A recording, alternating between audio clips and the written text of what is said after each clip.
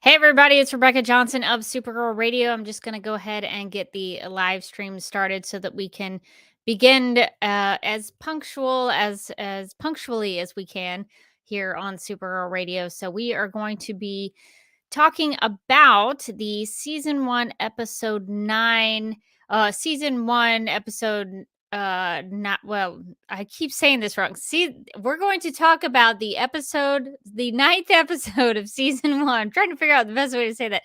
The ninth episode of season 1, titled Blood Bonds, for this week's episode of Supergirl Radio. Big episode. Some major things happen.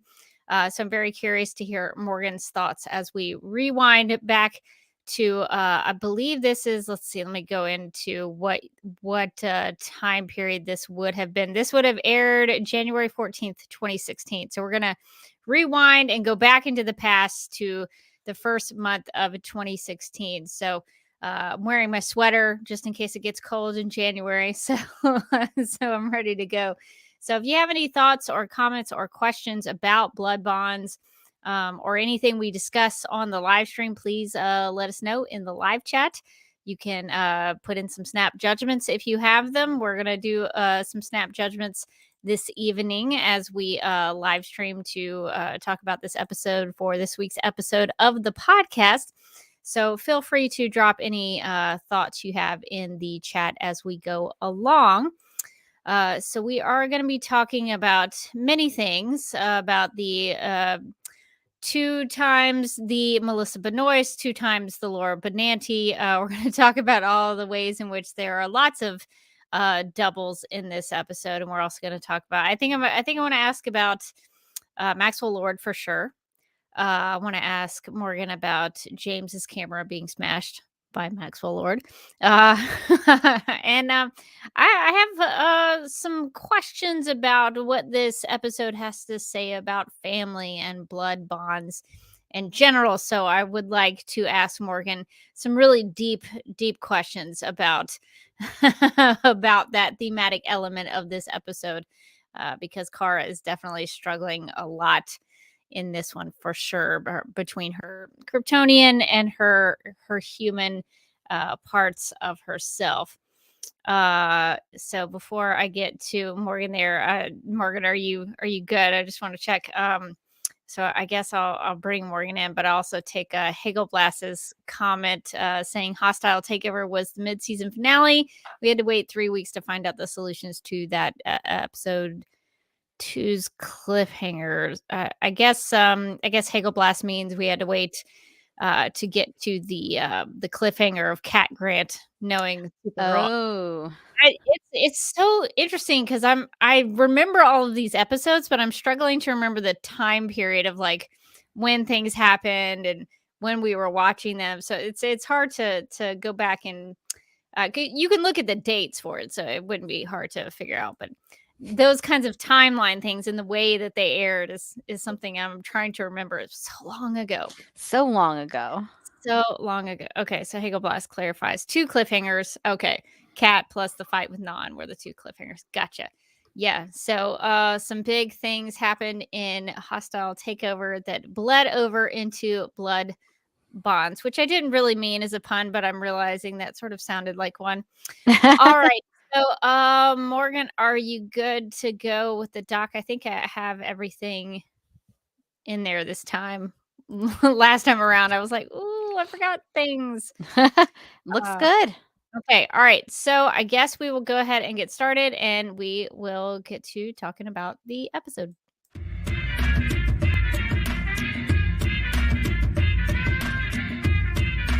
Leslalar's downfall is just that eyebrow twitch that she can't help doing.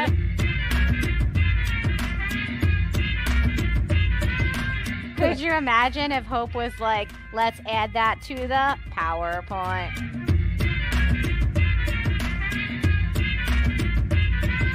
Excuse What me? year is it? How old am I?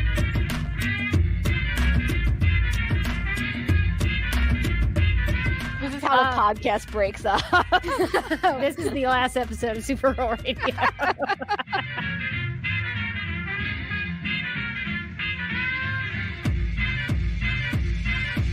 You want a Kryptonian? You got one. Is it a movie about saving Argo? The answer to that one is no. It's called Witch for a Summer! ! Where does she want to go? Ask her. Talk to her. Really commune with flat Supergirl. Did we set the bar too high or too low? I think we set the bar real medium. You're doing an intensely adequate podcast. Good.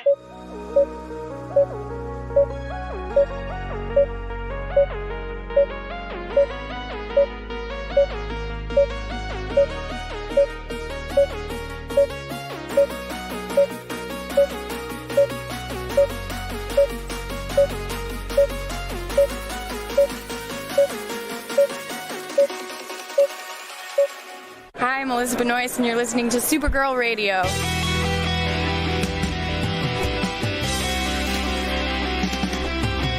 McGurk! I love Not typing. mess with my Google Docs, Meeksy. Supergirl Radio is going live every night of the week. How do you like it? Is becoming a human burrito a plus or a minus? I don't know. It does seem snug. I mean, they say you are what you eat. Kira.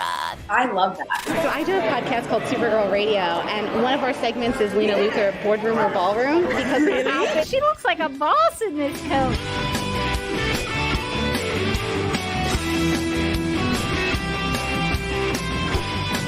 Nasty Luthor like a different Luthor? It's not just Lena being mean? No. Helen Slater here. So fun to know that you're hosting a podcast called Supergirl Radio.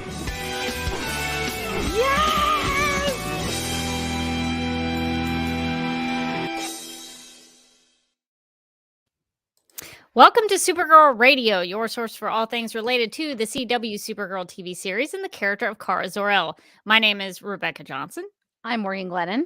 And for this episode of the podcast, we are live and wired on the Supergirl Radio Facebook page and the DCTV podcast YouTube channel to go back in time. Since Morgan didn't review Supergirl episodes as a full-time co-host of Supergirl Radio until the episode World's Finest, which aired in March of 2016, we are revisiting the first season to get Morgan's thoughts. This week, we'll be discussing episode 9 of season 1 titled Blood Bonds. But before we do that, we need to get to the news. According to The Hollywood Reporter, Supergirl is headed to the 31st century with Legion of Superheroes, an upcoming animated feature due out early next year from Warner Brothers Animation, also DC and Warner Brothers Home Entertainment. Meg Donnelly stars as Supergirl, Kara, and Harry Shum Jr. stars as Brainiac 5. The cast also includes Darren Criss as Superman, Matt Bomer as The Flash, and Jensen Ackles as Batman. The story picks up as Kara, devastated by the loss of Krypton, struggles to adjust to her new life on Earth. Her cousin, Superman, mentors her and suggests she leave their space-time to attend the Legion Academy in the 31st century, where she makes new friends and a new enemy, Brainiac 5. Meanwhile, she must contend with a mysterious group called the Dark Circle as it searches for a powerful weapon held in the Academy's vault. So, Morgan, what do you think about this? We're going to get to see Supergirl in animation with the Legion of Superheroes. That sounds pretty fun. I'm looking forward to that. That seems great. Yeah, I'm pretty excited about that. I think it'll be really fun to see Supergirl interact with Brainiac 5 again. And I don't know anything about Meg Donnelly. Have you ever seen or heard her in anything? I haven't either. That name didn't strike me as being familiar. Which I'm fine with, because I'm actually interested in a new voice for Supergirl, because the other cast members have already voiced things in the DC universe. And it's kind of frustrating to me because it's like, Matt Bomer and Jensen Ackles in another DC thing. Really? That's real creative. It's not like they they haven't been in things before. But I guess, Jensen Ackles, I think, has voiced Batman several times. So that may be just they're kind of going back to the well for some voices that they know. But I'm glad that Meg Donnelly, as far as I know, has never voiced Supergirl before. So I'm actually interested in a new take on the Girl of Steel in animation. So that to me is exciting. Apparently Meg Donnelly has done like a lot of Disney. It looks like Disney Channel stuff, although I could be making that up. But she's certainly been in something called Zombies. Lots of zombies projects in her filmography. Yeah, so I am curious about how she's going to bring something new to the Supergirl character, but I'm excited about this. I think it'll be really fun. It sounds like that we're gonna have to wait a little while for it, but I think Supergirl stories where she is with the Legion of Superheroes is those are always really fun, and so I'm interested to see what they do with her. Yeah, that sounds like it's gonna be exciting. I can't wait for that one. That's gonna be a fun one to talk about. Yeah, I think we will definitely have to cover it. Let's see. CM Gutier 74 says Meg Donnelly is on the new show, The Winchesters. So I guess they're pulling from the CW. Well, that's CW. The CW verse. I can't remember if the CW still has programming. Does it exist anymore? Does it still exist? I don't know. Next Star seems to really be coming to get it. So. Run, CW, run. I don't know. Maybe this is a Next Star property. I don't know. But yeah, so that is interesting. Let's see. New Rachel says, I find it hilarious that Yuri Lowenthal is in this movie as Mon-El when he's playing a clone of Superman who is partially inspired by Mon-El. Yes, I think that's Superman X. Do I have that right, New Rachel? I think we talked about him in the Mon-El character spotlight, but that has been quite a while ago. So I think it'll be interesting to see what Legion members will be in this. I'm actually going back into the article to pull up the names of the other characters. We're going to get to see Phantom Girl and Bouncing Boy. Bouncing Boy, I love him. Timberwolf, also love him. Let's see, Cosmic Boy, of course. Mon-El, of course. Chemical King. Chemical King. I don't know anything about Chemical King. We'll have to look into him. I know everything about Chemical King. Okay, this is also another Legion of Superhero that we maybe need to do a character spotlight on. But there's a character known as Arms Fall Off Boy. What? What is his power? I think he might be, somebody correct me in the chat, but he might be in the Legion of Substitute Heroes. Arms Fall Off Boy. I think he's one of the main ones. You're gonna want to bring him out all the time. I'm actually going to pull him up for a quick second just to verify that. Let's see, what is he affiliated with?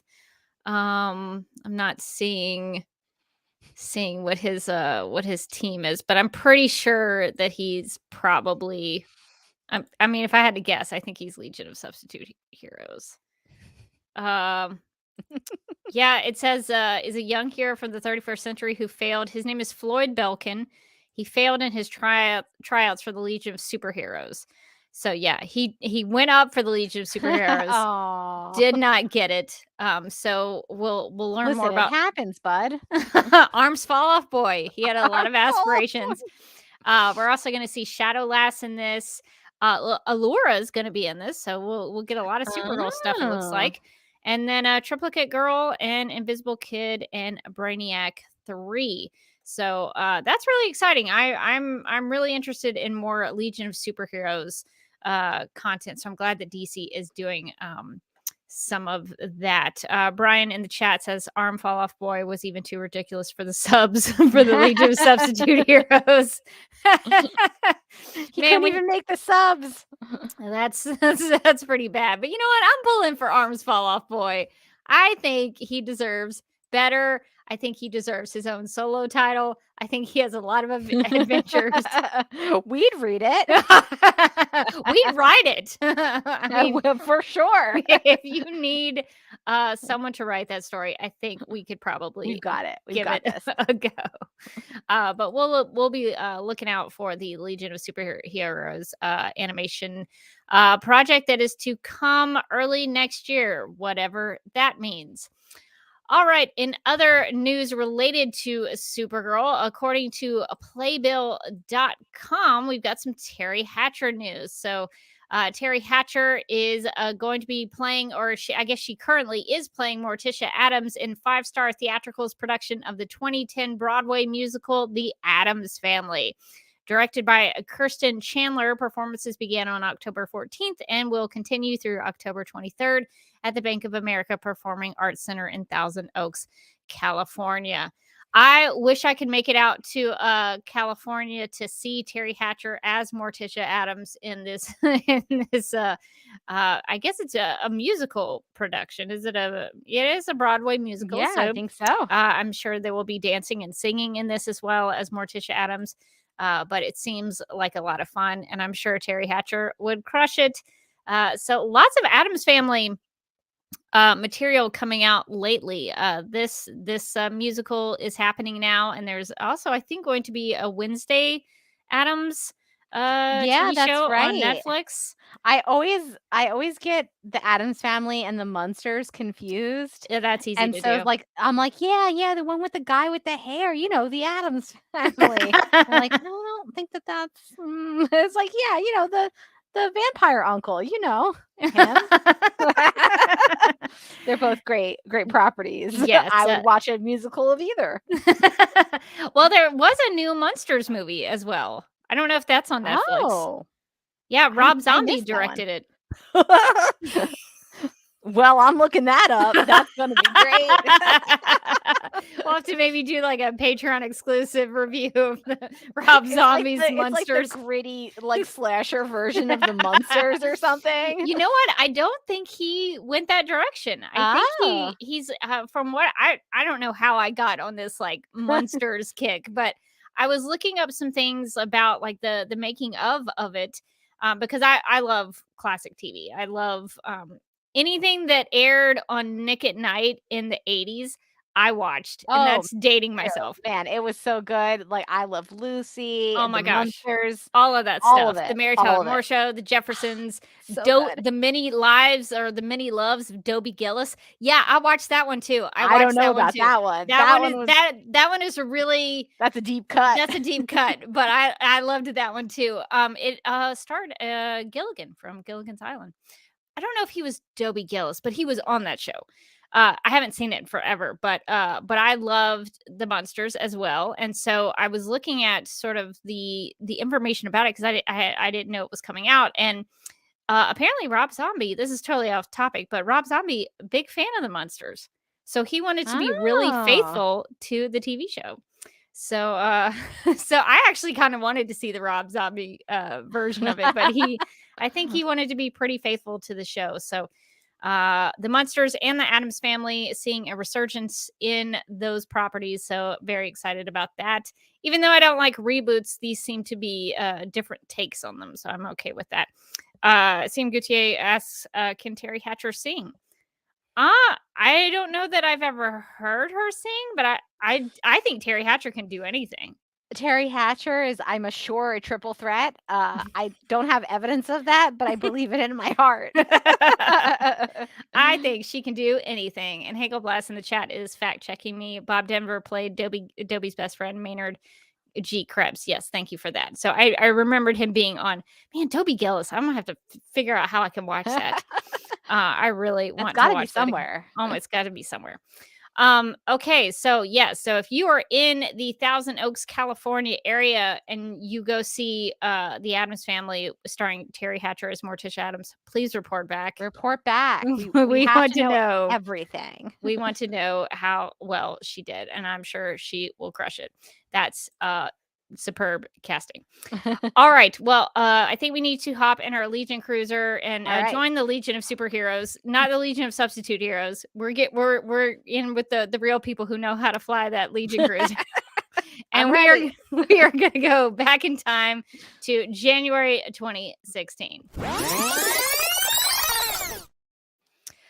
All right, so safe travels to the past. We've made it back to January 14th, 2016. Ooh. And here is the official description of the episode Blood Bonds. Quote, with Astra in captivity at the DEO, her husband Non captures Hank, leading to a tense standoff between the two sides. Also, Kara continues to refute Kat's allegations that she is Supergirl, unquote. So I guess let's start with that, Morgan, because that was a big reveal at the end of the previous episode in Hostile Takeover that Cat Grant knew that Kara was Supergirl. So how do you think Cat Grant handled knowing that information in this episode in Blood Bonds? I mean, she wasn't like great about it. It's like kind of like the worst case scenario of somebody like finding out your deep dark secret and then just like hounding you about it at every moment. She's like, oh, okay, gonna go get my coffee and Supergirl. Yeah, I thought that I mean, I think that they played it really well. It was like really amusing, but I also think, that's probably what Kat would do. I don't think that she'd be able to let go of having figured out a big story like that. And I think that the increasing panic that Kara feels throughout the episode as it like ratchets up and up, I think that was played really well too. It also kind of underlines just how bad Kara is at lying in this season. Early in the episode, she knows that Cat Grant is coming up the elevator and she's like, I just gotta act normal, and she like knocks everything over and forgets their glasses. Yeah, I don't know. I think if Kat had been allowed to continue knowing the secret, I think she would have been fine with the knowledge that Kara was Supergirl. I think they forced her to be completely ridiculous in this episode so that they could take it back. I think they wanted that cliffhanger to oh my gosh, Kat knows. I think they wanted that big reveal, and then they were like, nah, but we really can't let her know this early on because it would ruin all of, the push and pull of like the boss employee thing. So they immediately took it back, which I was very upset about.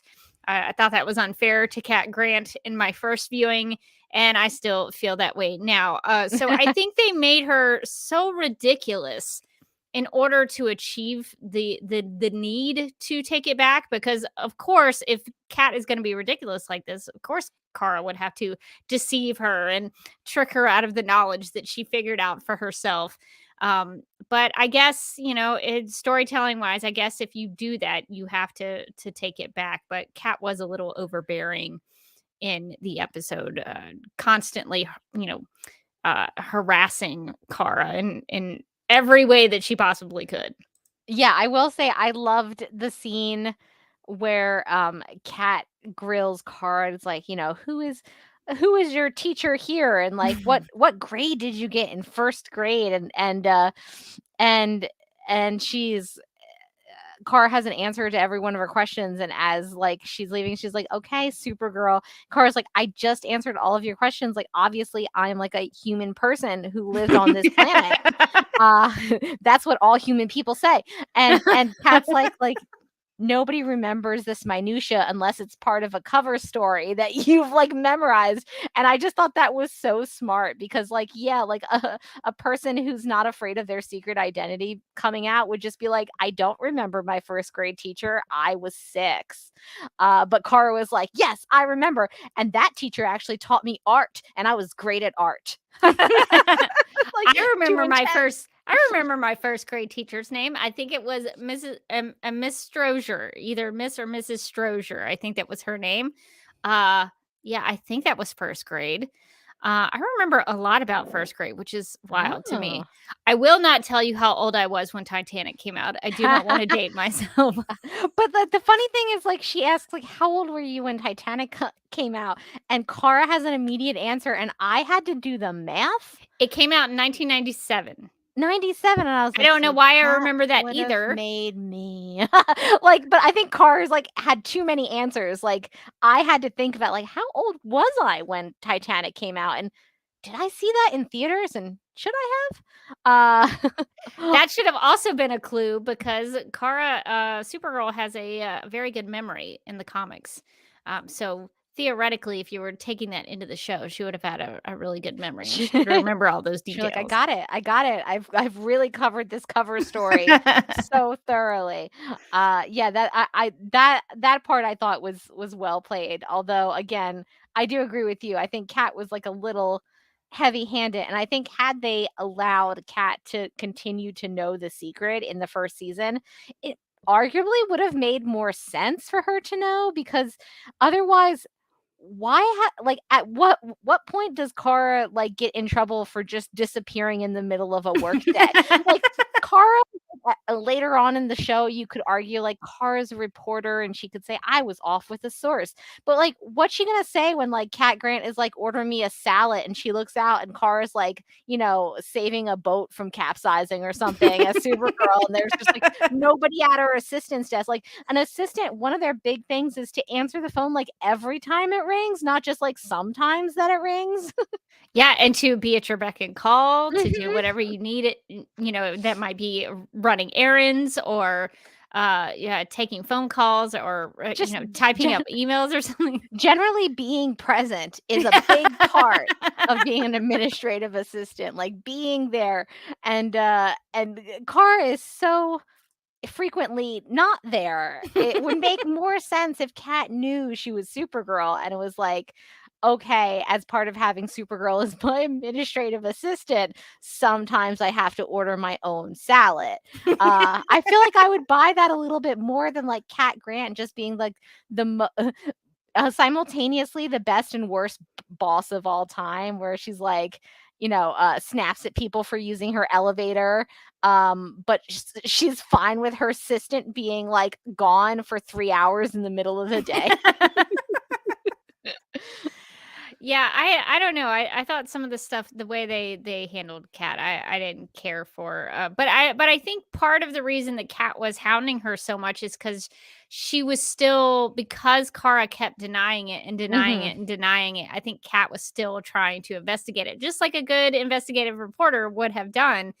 So I think it did show that Kat was pretty thorough in her journalistic pursuits to try to get that information from Kara. She dug up her first grade report card. So she was she was doing the job of an investigative reporter. So I really do think that still goes to the fact that Kat is very smart and is very good at her job. And that's why she is the queen of all media, is that she has those resources to do those things. So in that regard, I think it showed her to be very smart, even though they seemingly tricked her out of it by the end. But I guess my question is to you, Morgan, now that we've seen the entirety of the show, do you think at this point in Blood Bonds, after she's been sort of tricked, I guess I shouldn't say sort of, she definitely has been tricked by Martian Manhunter and Supergirl to not know the secret, do you think she still knows at the end of Blood Bonds? Because later on in the series, we, like in season 2, we find out that she knew. So did she just figure it out again? Or did she just go with the trick to like satiate Kara? I think she might have initially been kind of thrown off, because when you see the two people in one room, you're like, well, clearly I've misjudged. But I think as time went on, as it became more suspicious, like that Supergirl would be a place and Kara wouldn't be at a place, and like then Kara's there and then Supergirl, I think maybe she was like, did she play a trick on me? So I buy that, like, initially in the first little bit after this lie, she bought it. And then as time went on and as Kara got sloppy, which she like probably almost immediately did, Kat was like, okay, I think I was right that first time. But honestly, she was so annoying about it. I'm just going to let her have this. Yeah, especially after I'm sure Kat knew about Martian Manhunter, because at some point in season 1, I guess we'll talk about it when we get there, but he becomes a little bit of a news item. He reveals himself, and so we know that Martian Manhunter exists in the universe. So Kat, I would imagine that Kat would have put it together like, oh, she's friends with Martian Manhunter who can shapeshift. Yeah. CM Gutierrez also said that I think when the world found out about Martian Manhunter, Kat figured out she was played by Kara. Yeah, I think that's kind of what I'm thinking as well. Is eventually, I think she kind of went back to it and reassessed. Yeah, I think the clues led her back to that direction. She was just like, all right, well, it's not worth bringing this up with her again, because she's I can't have the Orphan Black treatment twice. Season 2, when Cat Grant comes back, that's after she spent time in the yurt, right? I believe so. Yeah. So I would like to think that she's hanging out in the yurt, just thinking After about her her life. cleansing experience in the yurt. And I think she puts it back together after the She has the like yurt a experience. heat-based hallucination. She's like, Kara is Supergirl, and puts it right back together. Yeah, I think a lot of folks in the chat, even Aaron, I think says, I think she figured it out again and she was fooled at the end of this episode. So, yeah, so I think eventually we know in season 2 that she does still believe that Kara is Supergirl. So, I think at some point she has not given up on it. And of course, at the end of the series, it's not an issue anymore because Kara gets rid of the secret identity and works for Kat full time with that. So it's interesting in this episode.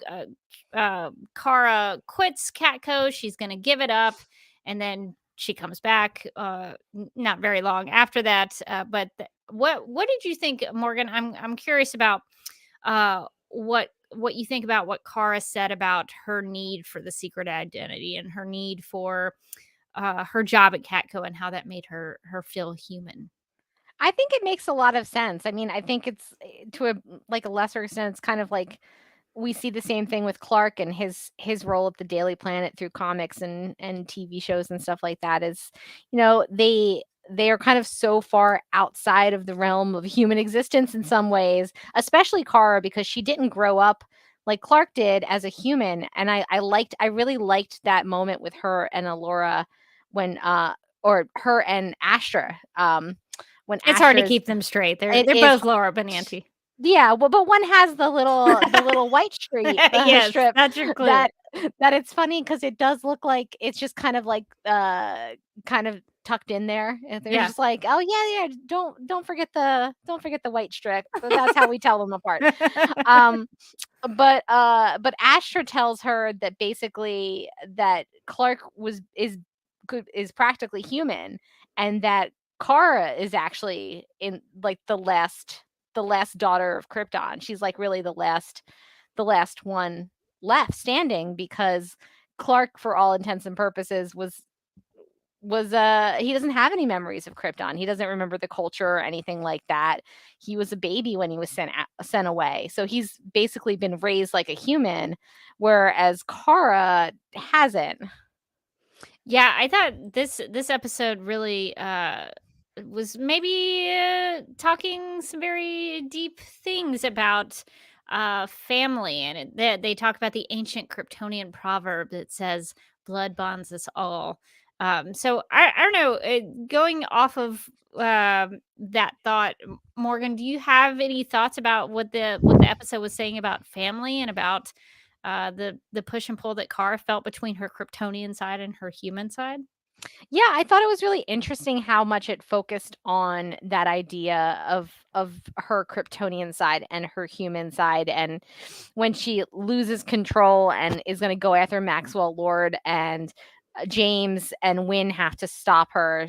To be honest, James was just like, yeah, no, don't do it. All right. To be fair, James was pretty cranky. His camera did rest in peace.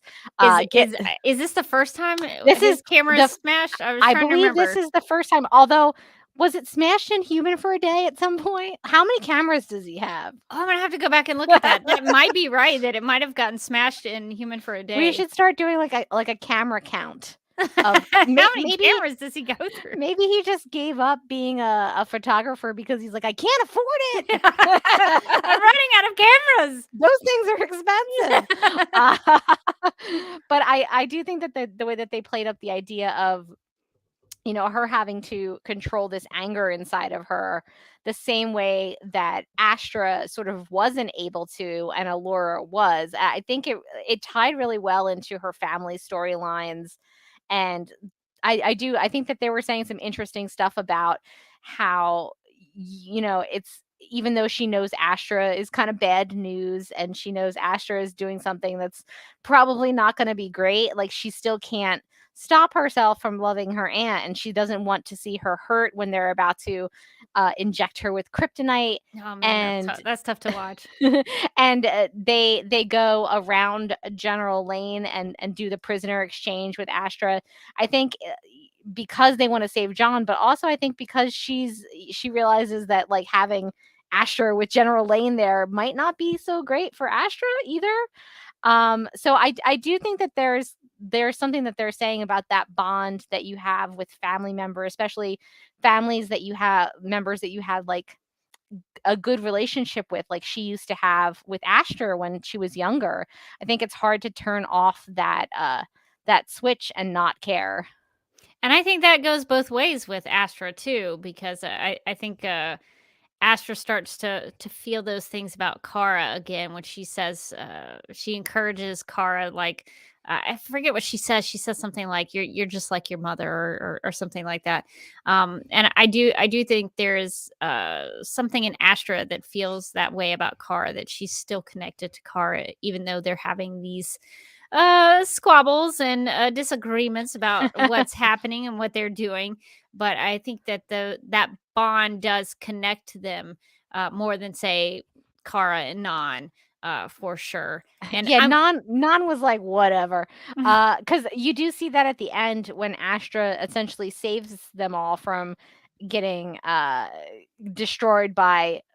Was I right to say that those were like a lot of Kryptonians in the sky? A lot of Because Kryptonians, that yes. does make me question how many Kryptonians survived, because it seemed like there were a lot of them in the sky.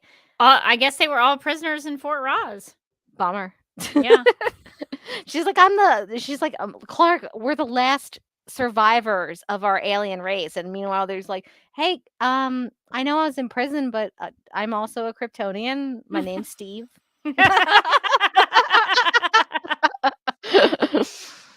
Justice for the Steves. I imagine those same Steves are probably the ones building the Phantom Zone bunker, the the break room or whatever that was. Yeah, that's what they. I bet it was all of the Kryptonians. They were like, "Listen, we came from a highly advanced society, and the thing we like best is paperwork. And you need a place to store the paperwork. We're gonna need to make a building, and we're gonna need to make file cabinets. That's important." Yeah, I think it's all connected. I think we're finally solving some mysteries from the later seasons. It was like Steve was like the project manager on that. He had like a little hard hat.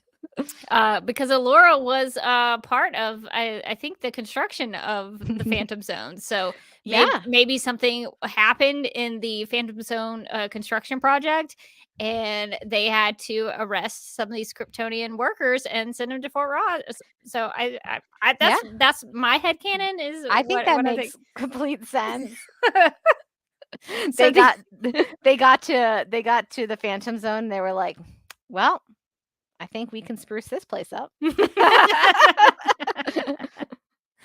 Yeah, so I think it's all connected. But yeah, so Astra did save them from getting attacked by all of those Kryptonians. And I guess this would be a good time to stop and take CM Gutier 74's question.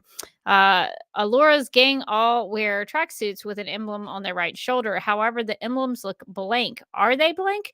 Did their convictions remove them from their respective houses?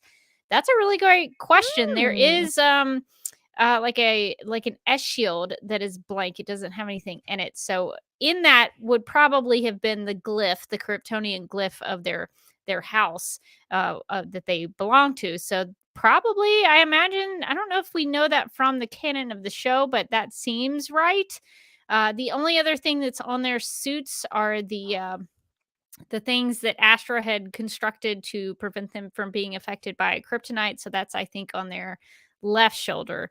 But I think on the other side maybe is what CM Gutier 74 is talking about the blank glyphs. So that is a really, really good question. And I think you have solved it. So probably when they were convicted and sent to Fort Ross, they probably got that removed. Good thought. Good eye. Good eye. Well, and also I guess one thing that I wanted to ask you about, because I was curious, Morgan, what your thoughts are on the family squabble between Allura and Astra. So it seems as though Astra has gone around, killed a bunch of people in her effort to to save Krypton. She's killed a bunch of people. And You gotta break a few eggs sometimes to make that omelet. I guess so. So Allura is in the position where she has to charge her twin sister with these crimes and send her and her people that worked with her to Fort Ross. So Allura is having to be the adjudicator, be the judge to convict them of the wrongdoing, of the crimes they've committed. So in that, Astra thinks because of that, because of what she did, that it's Allura's fault that Krypton went kablooey. So Morgan, I'm curious what your thoughts are on that issue. Yeah, I think that they raise some interesting issues here because Allura even says, as Astra tells Kara later, that Allura was aware. She was like, yeah, the things that are happening in this planet right now is probably, it's not going great. I also see the doom impending. That doesn't mean you can kill a whole bunch of people. Right. No. Sorry, girl. But I think that Astra sort of is an understandable villain because you can kind of see her point that she was trying so hard to like save this society. And I think she did get to the point where she thought, sometimes you got to break a few eggs, right? She's like, if she's trying to save the whole planet, then she probably feels like, yeah, sure, we killed some people, but we saved more people. So if you like do the math, I'm amazing. Whereas I think Allura kind of holds a really like hard line in the sand, which is like, we can do what we can try to do, but we can't hurt people. And I think Astra would argue that wasn't effective, and perhaps Astra is right. Like, Krypton doesn't exist anymore.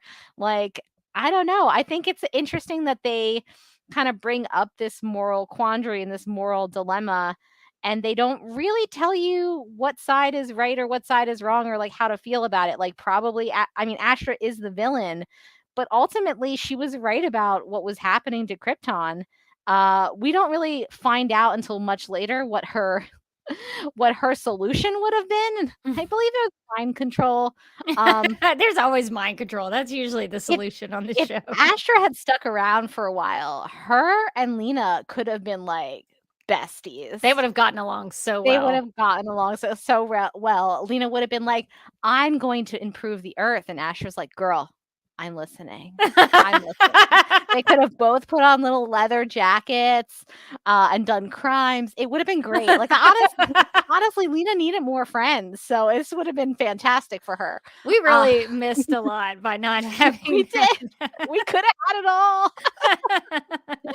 They're like in matching bedazzled jean jackets with the BFF on the back. They've got those little necklaces, like the little heart necklaces, where like half is you have half and I have half.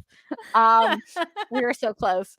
But yeah, I think, I mean, we don't hear until later what her grand scheme was, and it wasn't great.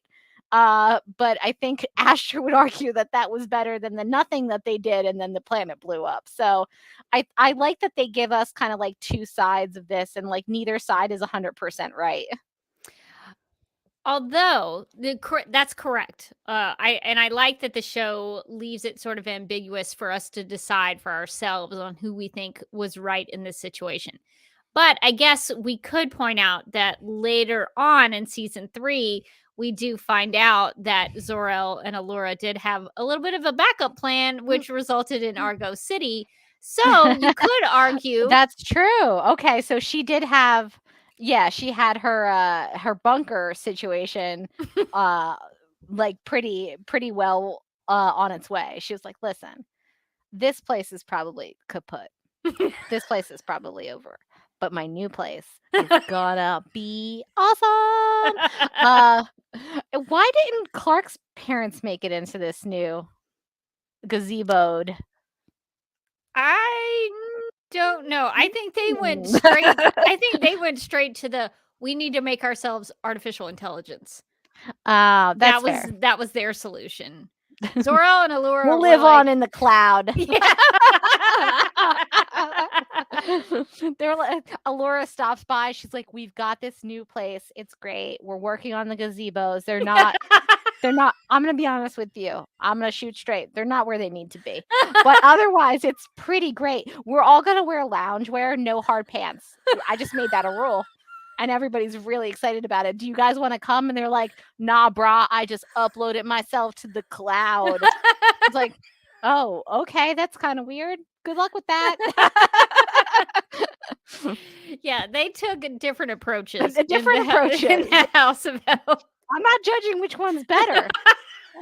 I would rather be in the loungewear reading in the gazebo. That does sound like the better option. But they're pinging around of that out there in that cloud, so what do I know?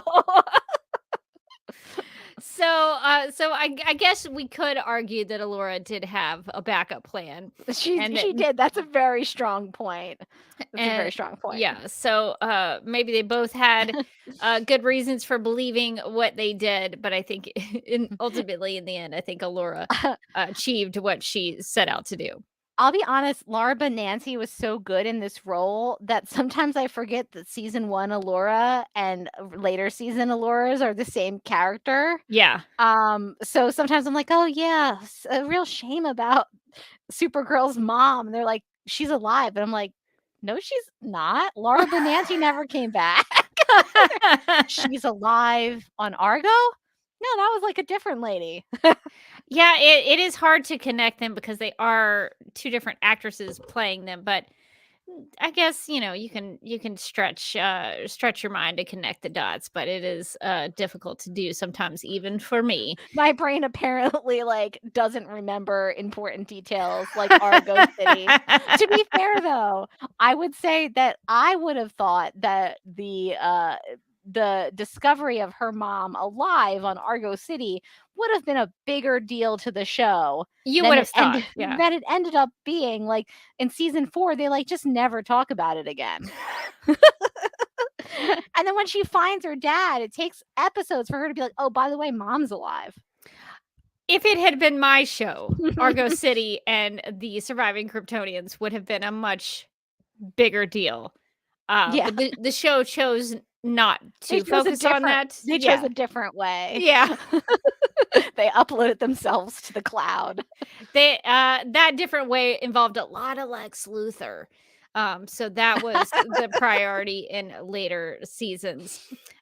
So some really interesting things going on with the El family, the House of El, and their fights and arguments, and maybe some of the ways that they also kind of came together. Also in this episode, there were some interesting things happening with Kara's human earthly family and Alex Danvers in particular. So this is an episode in which Alex Danvers becomes the emergency director in charge of the DEO. So Morgan, my question really for you is, what do you think about Alex becoming the director of the DEO and then also being immediately replaced by General Sam Lane by order of the president? I kind of feel like she doesn't know it at the time, but this is the rest of her life. What she's seeing is a small sneak preview of what's going to be happening to her ad infinitum forever, essentially. She finally gets that promotion, and then somebody gets promoted over top of her immediately. And so, about the second she learns that she's the acting director of the DEO, she can't even really let it sink in. She can't really be like, oh, it feels good to have power, because a second later, General Lane is in there I'm taking over. The president says he doesn't like you. No ladies. Yeah. So, this is obviously going to happen later in season, I want to say 4. or 5. It happens with Lucy Lane. She comes in to take over the DO. That's right. It also happens with Colonel Haley. Colonel Haley was who I was thinking of. I Did- think that was season 4. I think Alex quit before Brainiac 5 became director. I think Alex quit and therefore Yes, Brainy becomes they director. were left with Brainy. Yes. The only thing more humiliating would have been if they were like, Alex, you're doing a great job, but we just think Brainy can do better. And he's it's just like, sorry. It's she cannot catch a break. I honestly kind of laughed watching this episode when that happened. There were 2 moments when I had a laugh out loud moment. It was then, and it was when James's camera got smashed. Because the hindsight, obviously being 2020, we know that this is going to happen. This isn't going to be the last time. This is the first time, but not the last time that this is going to happen to poor Alex. We have the advantage of being from the future. We do. Yeah, so Alex does get this big promotion, and it was made to seem like a big deal. Yeah. They called her Director Danvers. So it's unfortunate that never seems to really be something that she gets to enjoy as the show progresses. But I guess what we could talk about is the plan to rescue Hank, or what Supergirl knows as Hank Henshaw. And she'll find out differently later on in the episode. But what did you think about the plot and the plans to rescue Hank? They all seemed bad, if I'm being honest. Like even her final plan at the end, where she's like, "We're gonna take Astra and we're gonna make the switch." It seems like she hadn't really thought through what happens if they double cross me. She's like, "I'm just gonna have faith in them. They've given me no reason for that at any point." But I feel like this time is different. Yeah. And she was just lucky that time was different because. But it wasn't a good plan. If your plan hinges on your villain remembering that you were a cute kid and or luck, your plan isn't great. Then the plan before that was Astra, we're going to basically torture Astra, and she's going to tell us the truth about where she's holding Hank. And I mean, Astra's tough and she's crazy. And so I don't know that I would have believed anything that came out of her mouth. And in fact, they shouldn't have. And Supergirl tries to tell him that. She's like, this seems a little too easy, guys. I don't think my aunt's just going to give up the goods that easily. And she did. And so everybody had a bad plan in this one. Yeah. And I would maybe not have taken so many military people to that place where the Hank hologram was. It seemed like they took a lot of them there. Yeah. So that was unfortunate. One of my other favorite moments in this episode is when at the end, when they're taking Astra out, and General Lane has the military guys pointing the guns at them, and he's like, "I will shoot." What's that gonna do to either her or the prisoner? Yeah, shoot away. I guess you'll just kill these DEO agents. We've got a dozen of these extras in the background, so we'll just get some more. Yeah, it was also two of them are bulletproof. That's what it was nuts. I was the bullets are just gonna bounce off and hit you, dummies. Yeah, it's we will shoot you. It's but you know that we're bulletproof, right? I wanted someone to acknowledge. I mean, they were go ahead and do it. We're not afraid of you because you're bulletproof. Maybe they had Kryptonian bullets because they did have a lot of kryptonite, I guess. I feel that would have been that would have been a greater threat, and they should have played that up, because Yeah. as it was, I was just this is the most idle of idle threats. It's yeah, go ahead, do it. That sounds fun. That'll tickle. Yeah. Also, Supergirl has super speed. She could have zipped around there, pulled all their guns off, throw them away. She can bend steel. She could have broken all of their guns. I mean, isn't the point that Maxwell Lord is trying to make is that she is too powerful, and yet sometimes they treat her as if she has no powers at all. They're if she wants, bro, the chain of command means nothing to her. So Yeah, she could have stopped that easily. She didn't need the mercy from the military officer. It was nice that he was like, "She Sure. did save me," and that was Yeah, great. that is nice. And it did seem like you sent us needlessly into danger when she's like, literally, you could just keep blowing her up continuously and she'll be fine. So I'm gonna go with her. Yeah.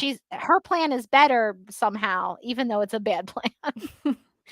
Yeah, so sometimes they don't quite seem to fully the writing doesn't seem to fully quite understand Supergirl's powers, and it is a little bit of a source of frustration for me at this point. But I did like there was some of the way that they utilize her powers in this episode were really quite good.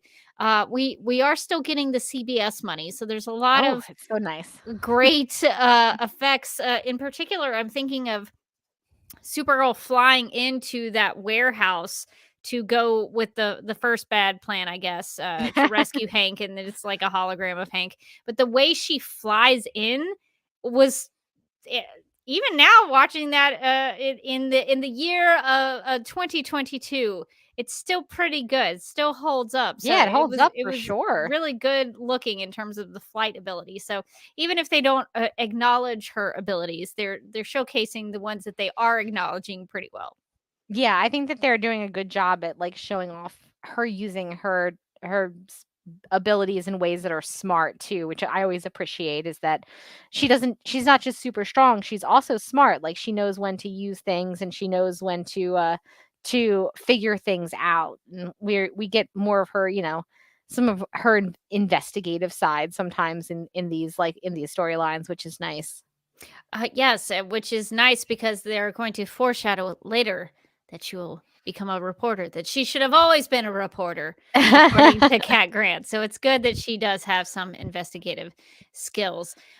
So before we get out of here, I guess one of the things that I wanted to ask you about, we sort of touched on him, but what did you think about Maxwell Lord and what was going on for him in this episode? He was just being real shady. It felt like he was. I like that right after that battle when they come back and they're like, "Okay, we need to secure the perimeter." He's like, "No, I'm good. I'm good. You should get out of here now." Like they're a government agency and a crime just occurred. I think they have jurisdiction. I was like, my mind was a little blown that I was like, so everyone's just clearing out. They can't just tell him no. Like they're the government. There was a major battle that was right there. Like you'd think that they could probably check it around. Like here's the thing though, Morgan. They did not have an order from the president, which Oh, I guess they would have needed- been an executive order, I guess, if is what only they're they talking had that about. executive order, then they could have done it. Which they use very liberally on this show. That By anybody decree can of the get it. president. I want to change personnel at this organization, so I, the president, am going to fire you and replace you with someone else, according to my executive order. Alex Danvers, no siree. I, the president, care about the inner workings of the DEO. Yeah, that made me laugh though when he was like, "Everybody out," and they were all like, "Well, nothing we can do about that." And then they just like slunk out. I was like, "Okay, really? Okay." But yeah, he was obviously being very shady. Not up the stairs, he says. Get them back down. And then later he's like, he kidnaps James and like beats the crap out of him, destroys his camera. Camera, even. That's serious business. How dare he? That's really sending a message. It is sending James is like, my camera, not again. And he did it in a dark black warehouse with only little spotlights, so it was sinister. Yeah, he probably has one of those like on standby. He's like, listen, if I'm going to be a villain, I'm going to go full out villainy. I'm going to go to the villain warehouse where I have my special lighting. I'm surprised you didn't have like goons in like old timey gangster outfits in the backgrounds, like, that would have been amazing. Fedoras. I would have loved Get it. him out of here. See, that would have been incredible. Yes. Yeah, no, I think they really set up like intrigue with the Maxwell Lord character in this episode, because you know that he's hiding something. You know, he's threatened one of our main characters. And then at the end, he goes into this shady room and he's got like a girl in some sort of medical thing, but maybe A blonde girl. A blonde girl, in fact, and she's got creepy eyes. What is he planning? Yeah, I really like the way that this episode wasn't really about Maxwell Lord at all, but his storyline still continues, and you're still like, what is he up to? You know that there's like something else going on, and I think it makes Supergirl's issues and problems seem more realistic, that like it's not just the Astra stuff. It's not just Astra and Non and all the cat stuff. Also in the background, what is Maxwell Lord planning? That guy is just off about to do something crazy. Yeah, Supergirl is about to have to really juggle a lot of things at the same time. So Morgan, are there any other things about this episode that you wanted to talk about that we didn't? I think we got most of the major things in this episode. I thought this was another really good one. Season 1 was just was really doing it.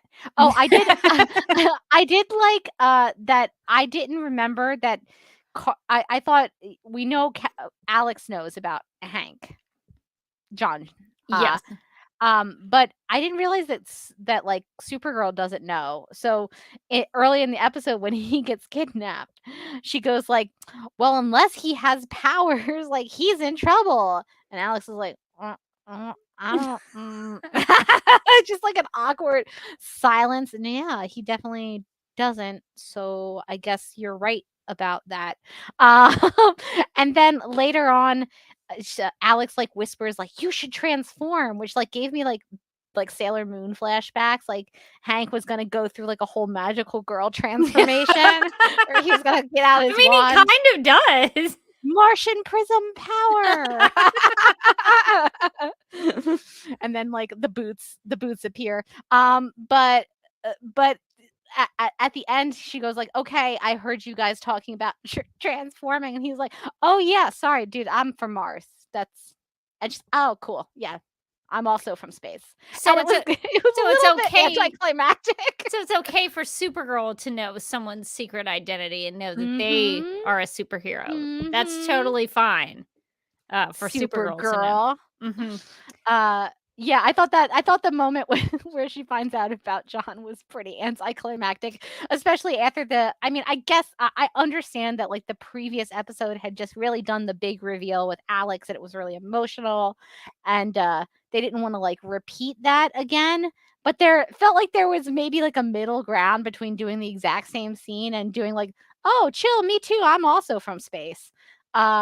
Where it was just like very nonchalant seeming almost when she finds out about him. And she's like, actually, could you do me like a real solid?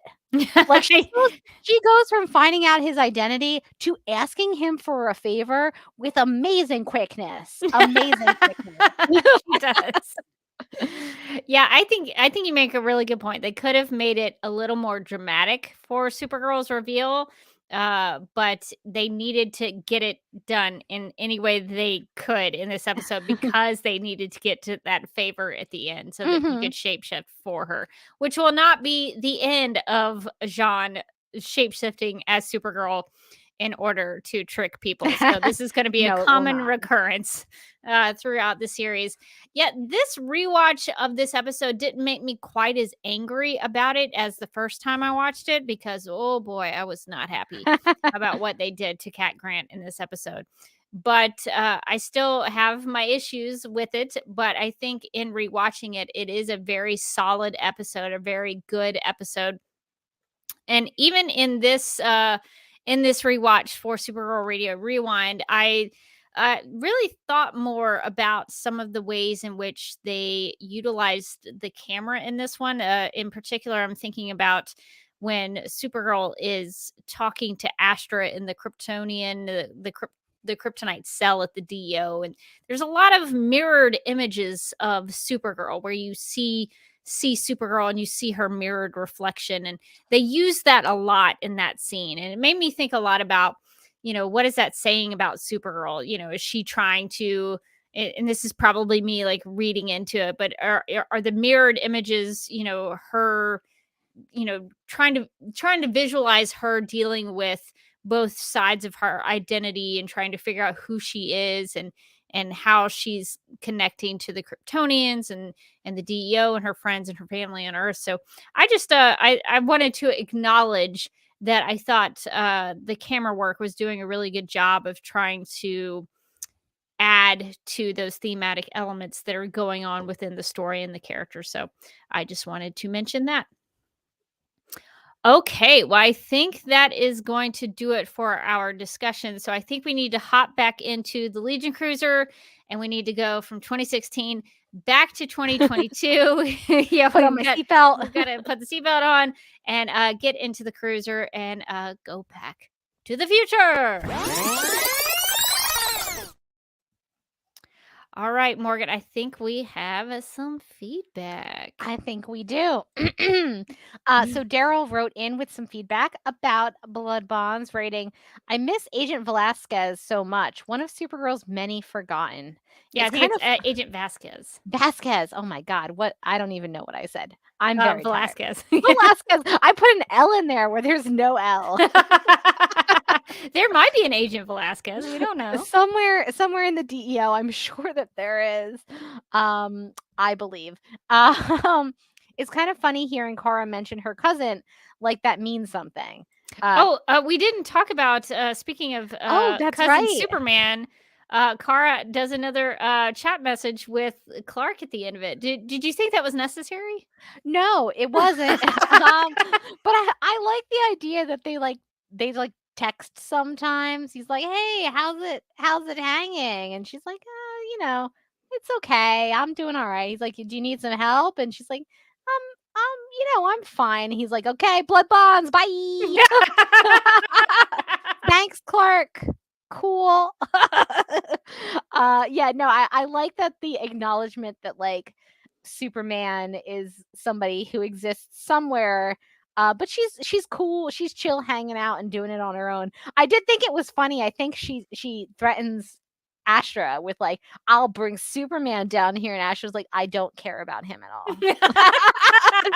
I couldn't care less. I did like that. I thought that was pretty great. I was like, yeah, exactly. If you're not afraid of Supergirl, you probably don't care that much about Superman either. Kara heat vision coffee through her glasses in episode 2. They must have realized she shouldn't have been able to do that, thus having her remove the glasses first in this episode. Yeah, they make a big to-do about that in this episode because Kara removes the glasses and then she does fumble it trying to get the coffee together and has to put them back on, that James has to bring them to her. So there is a different way that they're depicting that here.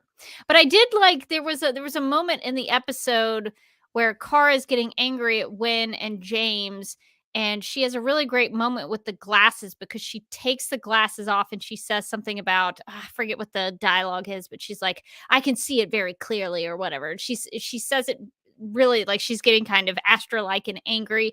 And I just like the use of the glasses in the emotional way, because that's something that they talked about early on in the show's history with people like Ali Adler, is that they would talk about how if Kara removes her glasses, there's going to be an emotional reason for her doing that. And so for her to make a point to say something about how she sees it all very clearly or whatever, and she takes her glasses off because she doesn't need them. Those glasses are just for show. She can see much better without them, actually. So I think the glasses in this episode were used to a great degree.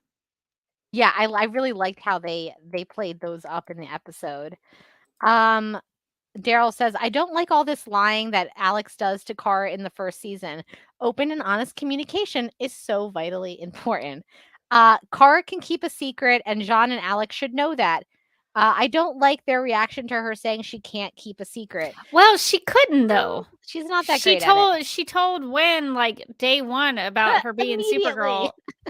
So That's how all of her friends know. I mean, maybe they have a point that she can't keep a secret.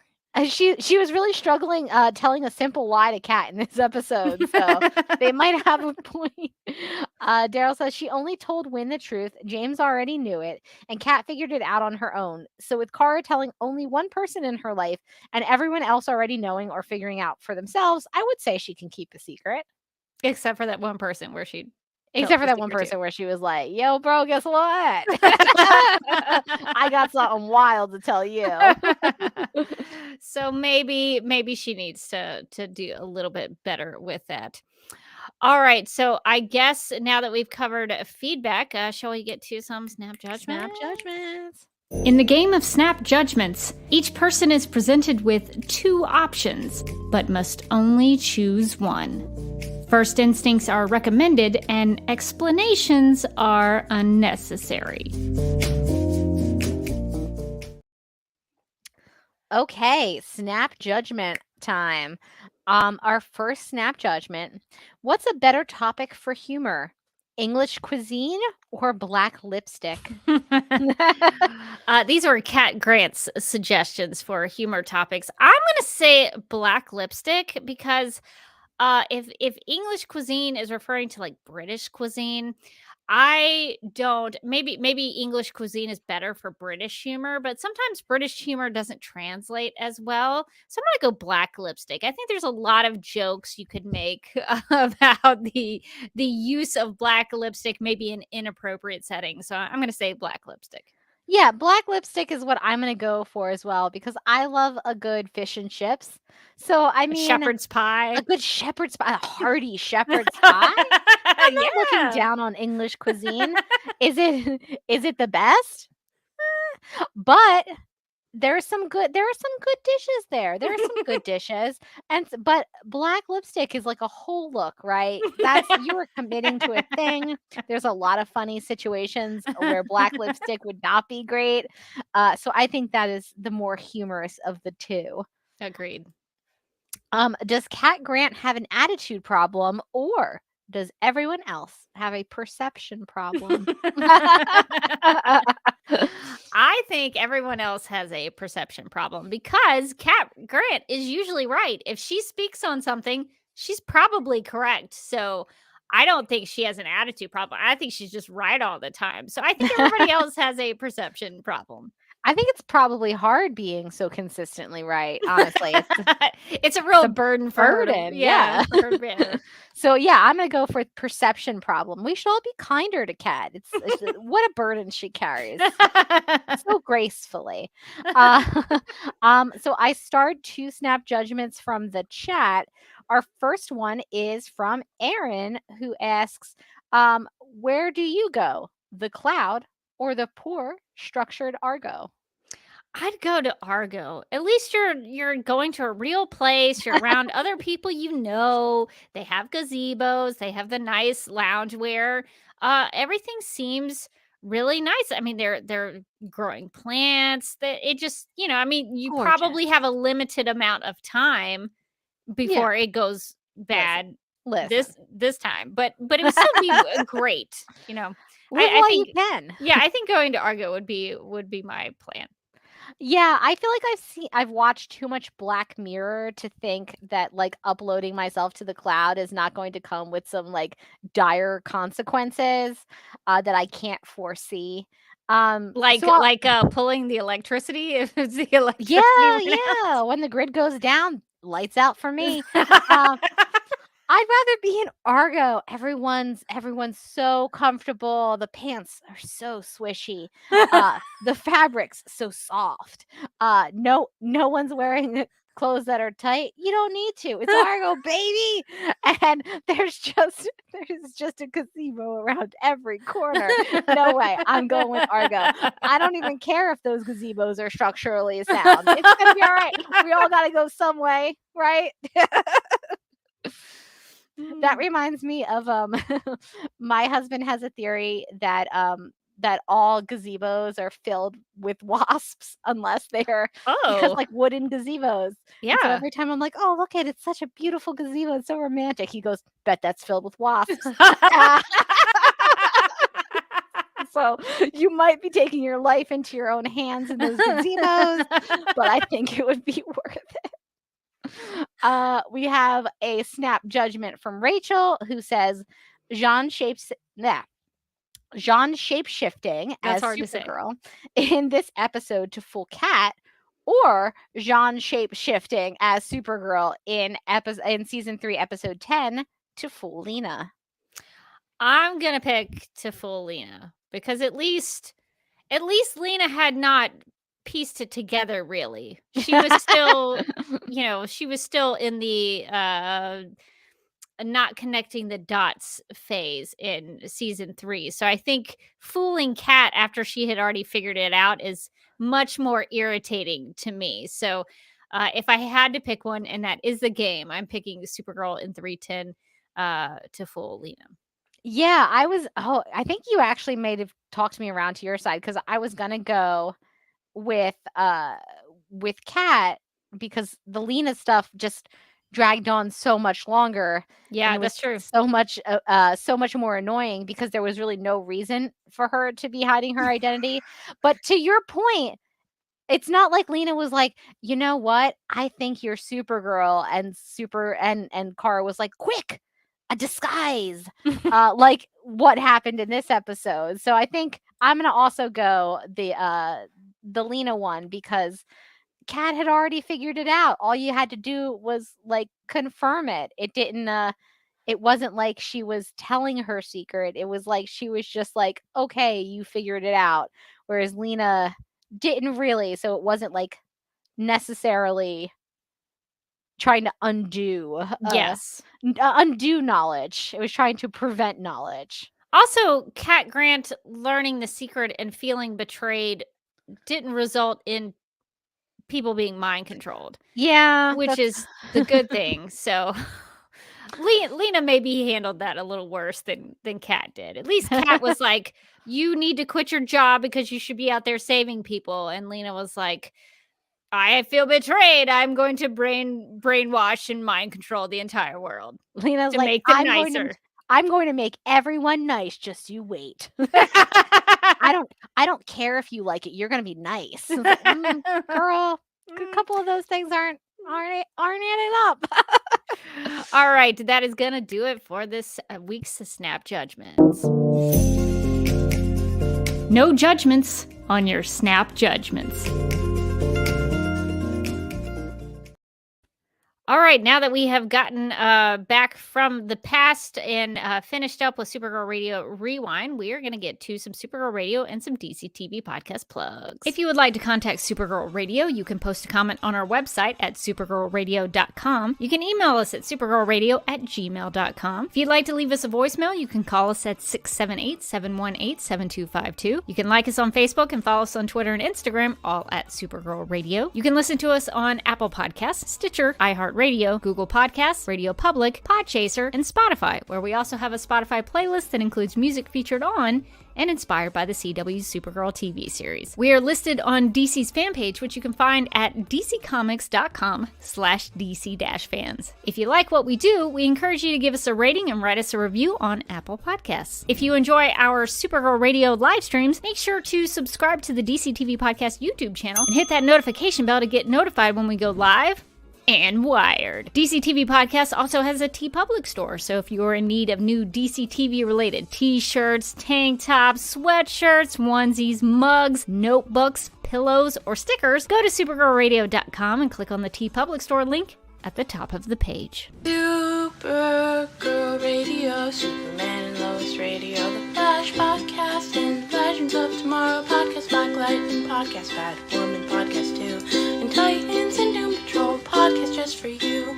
Justice League Dark Podcast, Green Lantern Podcast, Stargirl Podcast, Strange Adventures Podcast, and finally my favorite of the bunch, DC TV After Dark, where you're allowed to say fuck.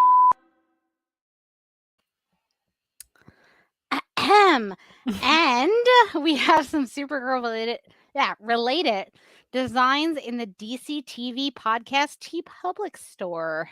Yeah, I thought we could promote the S-Shield that's in the shape of a heart, because in this episode in Blood Bonds, there's still a little hint of the love triangle that's going on, because true. We didn't really talk about it, but there is that scene where Kara sits down on the couch. She feels really deflated, and then James sits down, holds her hand, and then Wynn sits down and holds the other hand. I'm like, that feels really heavy for the love triangle. But there is a cool S shield that's in the shape of a heart in the DC TV Podcast TeePublic store. And there's also some Stronger Together designs in there in Kryptonese. So if you want a mug or a t-shirt or a hoodie or something like that where it has Stronger Together in Kryptonese to show off your knowledge of Kryptonian culture, that is available in the TeePublic store as well. All right. And I think we also need to talk about our DC TV podcast. What am I trying to say? Plugs. It's a very, very long title. The DC TV podcast plugs contest that we have. Morgan, do you want to explain what viewers and listeners will be helping you with in particular? Yes, I would love to explain that. So here's the thing, listeners, gentle listeners.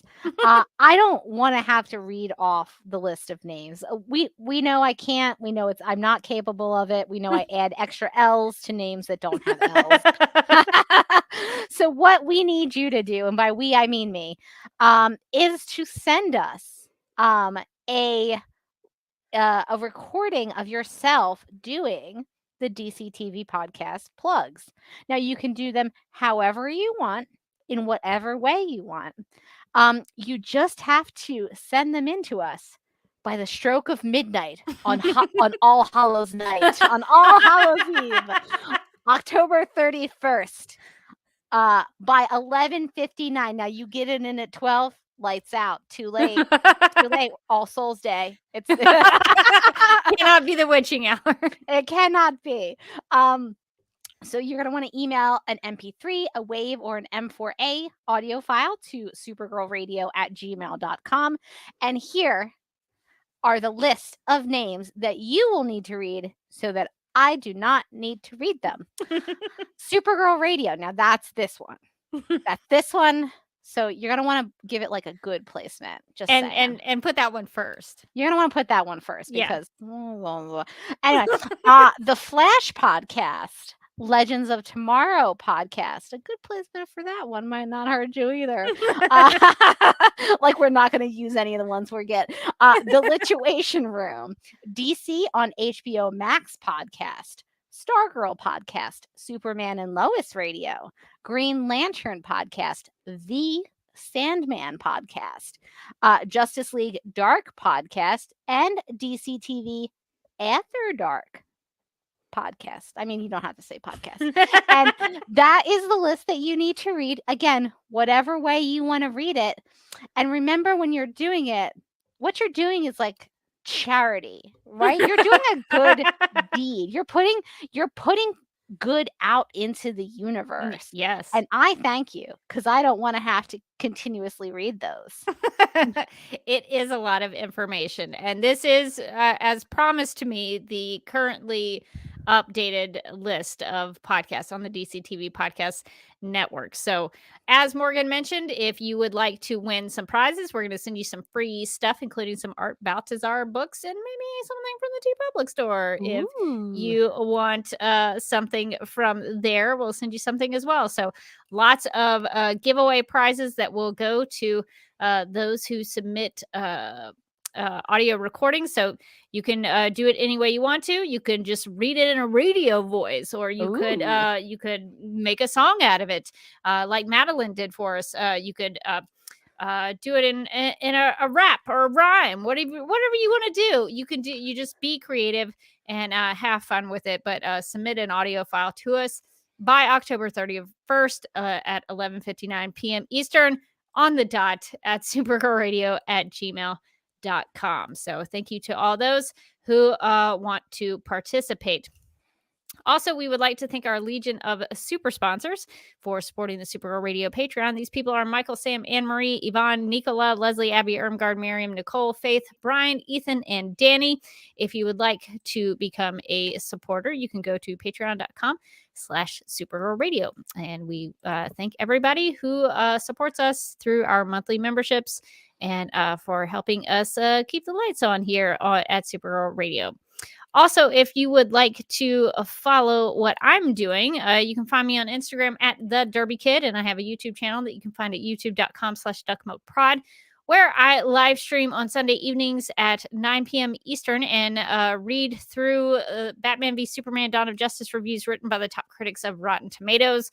I'm having to take a little bit of a break from that because I've had a lot of events going on and a lot of things are happening on the weekends and specifically on Sundays. So it's kind of cutting into my Rotten Tomatoes time. So hopefully in the next couple of weeks, I'll get to a more consistent schedule on that. So just pay attention to when I schedule live streams and get to that. Also, I just want to give a shout out to our friend Bill Meeks's podcast because he is, I believe, live streaming at the same time we are. So a little competitor on the streams. But because I would miss his live stream, he asked that I give him a shout out to his new podcast that he is calling Where I'm From. It's on all of the podcast platforms. I think I was able to check a few of them, but I'm pretty sure they're on all podcast platforms that you can check it out. And you can also find a playlist of the episodes on Bill Meeks's YouTube channel, which I've linked below in the video live stream description, and will also include in the audio show notes. So definitely check out Where I'm From, a new podcast from Bill Meeks. And Bill Meeks really is one of the great podcasters of all time. Agreed. I don't want to hype him up too much. Let's do it. But like a legendary podcaster. Well, I also saw that he had somebody on that podcast that I was really excited about. He had Stephen Tobolowsky. I can never pronounce his last name. The great actor. He's been in the Mindy Project. He's been on One Day at a Time. He was in Groundhog Day. So I was like, what a get for that podcast. Yeah, Bill is also having Jason Inman on Where I'm From, and Jason Inman does the Geek History Lesson podcast, and he's a big DC fan. He was also on the Flash podcast for a little while, and he's done a lot of things for DC Comics. So if you're interested in checking that out, I highly recommend you do so. He also, Bill is a big Bare Naked Ladies fan. And I believe is Stephen Page from Bare Naked Ladies? I think so. Yeah, the guy. Yeah. So I thought it was cool for Bill that he got to have a Bare Naked Ladies member on the podcast. So that's very cool. So definitely check out Bill Meeks's new podcast, Where I'm From, and he may have asked me to do an episode, and I was like. Bill, why? You're talking to all these famous people. Why would you? I mean, Rebecca Johnson is like super famous. I don't know about that. I was like, Bill, really, you should have someone else on your podcast. Nobody wants to hear from me. So I don't know. It may happen. I don't know, but he really should strive. He should aim higher, I think. Higher than you? Who is that? It's not hard to get higher than me. I think he should aim a little higher. But everyone should go check out his new podcast. That is very cool. And you can find me on Twitter and Instagram. I'm at Mojotastic. You can also find me as a co-host on DC TV After Dark, and also the Legends of Tomorrow podcast, where we are doing our spooky season episodes. So we just dropped our first episode where we rewatched the classic movie Halloween. And our next episodes are on Hocus Pocus 2, which just dropped on HBO and HBO Max, Disney Plus. Yes. Yeah. No, the HBO Max version of Hocus Pocus 2 probably would have been a bit different, a bit darker, a bit grittier. Bette Midler like kills a person with her hands, her bare hands. I believe that Bette could do it. I believe. So yeah, we're doing a bunch of spooky stuff for October, and then who knows what November brings. And it's funny that you plugged a friend's project, because my one of my friends from college just wrote a book. Nice. And I went to her book event on Friday. It's called Witchful Thinking, which is a great pun.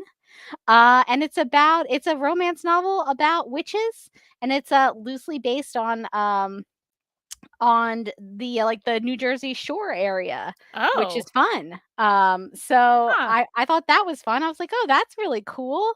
So we went to her book event on Friday, and I picked this up. I was like, I got a signed copy. Nice. So I figured, why not? Why not give it a little plug? I know this person, and it's a book. It's published. Well, we'll get a link for Wishful Thinking and put it in the video description of the live stream and put it in the audio show notes. So if you want to pick that book up as well, you'll be able to do so. So maybe we should create a new segment where we just promote something new. What do you want us to plug?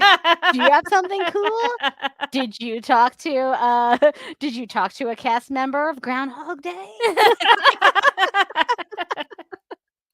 What you got going on? So that's very cool. Well, thank you for sharing that about your friend's new book. I think that's going to do it for this episode of Supergirl Radio, though. But until next time, I'm still Rebecca Johnson.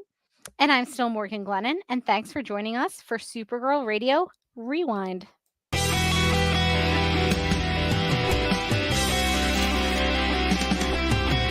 McGurk! I love typing. Not mess with my Google Docs, Meeksy. Supergirl Radio is going live every night of the week. How do you like it? Is becoming a human burrito a plus or a minus? I don't know. It does seem snug. I mean, they say you are what you eat. Kira. I love that. So I do a podcast called Supergirl Radio, and one of our segments is Lena Luthor, Boardroom or Ballroom, because she looks like a boss in this coat.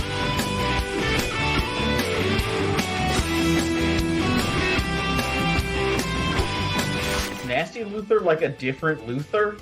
It's not just Lena being mean? No. Helen Slater here. So fun to know that you're hosting a podcast called Supergirl Radio.